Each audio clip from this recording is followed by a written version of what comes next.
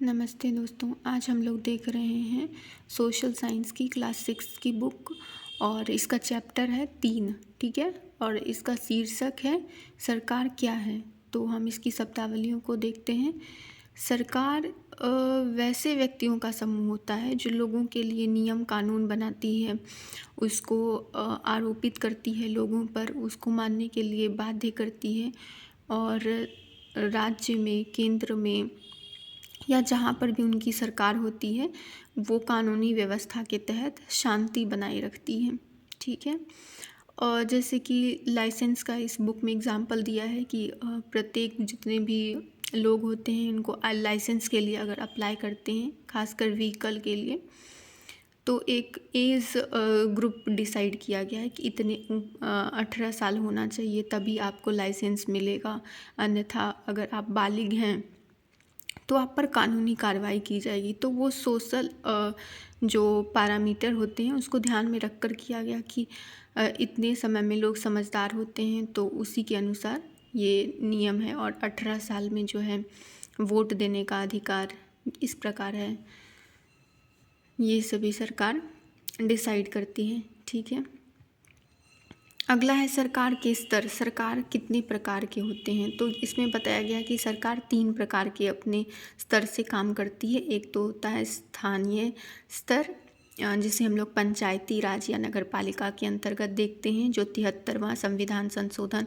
के अंतर्गत पंचायत आया, और 74वें के अंतर्गत जो है वो नगर पालिका वगैरह आया है। ठीक है, अगला है राज्य के स्तर। राज्य स्तर की मतलब कि जो राज्य में सरकार होती है वो राज्य के स्तर के होते हैं, और जो नेशनल लेवल पे होती है वो केंद्र सरकार कहलाती है। ठीक है, तो ये है हमारा। अगला है सरकार के प्रकार कितने होते हैं। तो मुख्यतः यहाँ 2 सरकार के प्रकार का वर्णन किया गया है, एक लोकतंत्र और दूसरा राजतंत्र। लोकतंत्र, इसके शब्द से पता चलता है कि जो लोगों के द्वारा तंत्र स्थापित किया गया हो, अर्थात लोगों ने इसमें अपनी सहभागिता दिखाई है और लोगों के द्वारा यह चुना गया है। ठीक है, जैसे और अभी अधिकतर देशों में होता है, लोकतांत्रिक सरकार का गठन होता है। दूसरा जो सरकार का प्रकार है वो है राजतंत्र। राजतंत्र अर्थात राजा रानी या जो भी एक अध्यक्ष के तौर पर होते हैं, तो केवल एक व्यक्ति के द्वारा अगर ये संचालित होता है तो वो राजतंत्र के अंतर्गत आता है।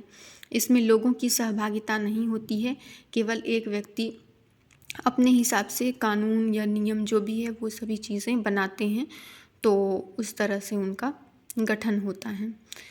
अगला है हमारा लोकतांत्रिक सरकार। लोकतांत्रिक सरकार में लोगों का शासन होता है, लोग वोट देते हैं और इसके बाद जो है सरकार बनते हैं।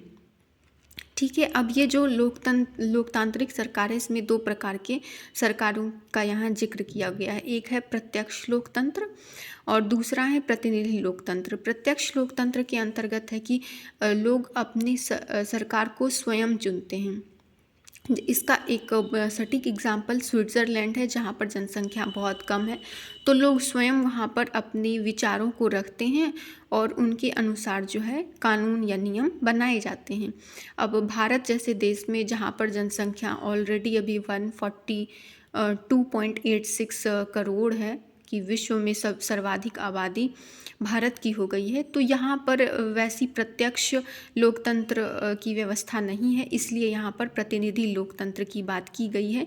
प्रतिनिधि का अर्थ होता है कि हमने अपने लिए एक चुनकर भेजा है, रिप्रेजेंटेटिव। ठीक है, तो वो वहाँ पर संसद में बैठकर उसके बाद वो नियम और कानून बनाएंगे। जैसे लोकसभा और राज्यसभा सबका चुनाव होता है, तो खासकर जो लोकसभा होते हैं वहाँ पर लोगों की प्रत्यक्ष भागीदारी होती है। नेक्स्ट 2024 में शायद लोकसभा चुनाव भी होने को है, तो इसमें हम सभी प्रतिनिधि भेजते हैं और प्रतिनिधि के माध्यम से ही शासन किया जाता है। ठीक है, वो लोगों की लोक कल्याणकारी भावनाओं को ध्यान में रखकर कानून का निर्माण करते हैं और शासन चलाते हैं। ठीक है, अगला है हमारा सफ्रेज मूवमेंट।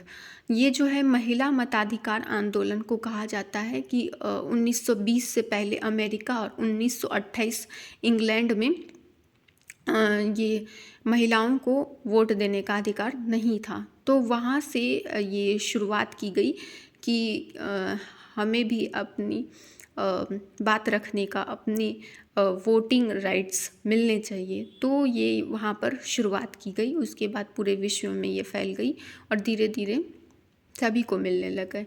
भारत में भी ये आज़ादी के बाद से सभी को वोटिंग राइट्स थे, लेकिन जो उम्र था वो 21 साल। और अब जो 61वां संविधान संशोधन हुआ उसके बाद से ये हमें 18 वर्ष में वोट देने की राइट मिल गई। तो ये था हमारा। धन्यवाद।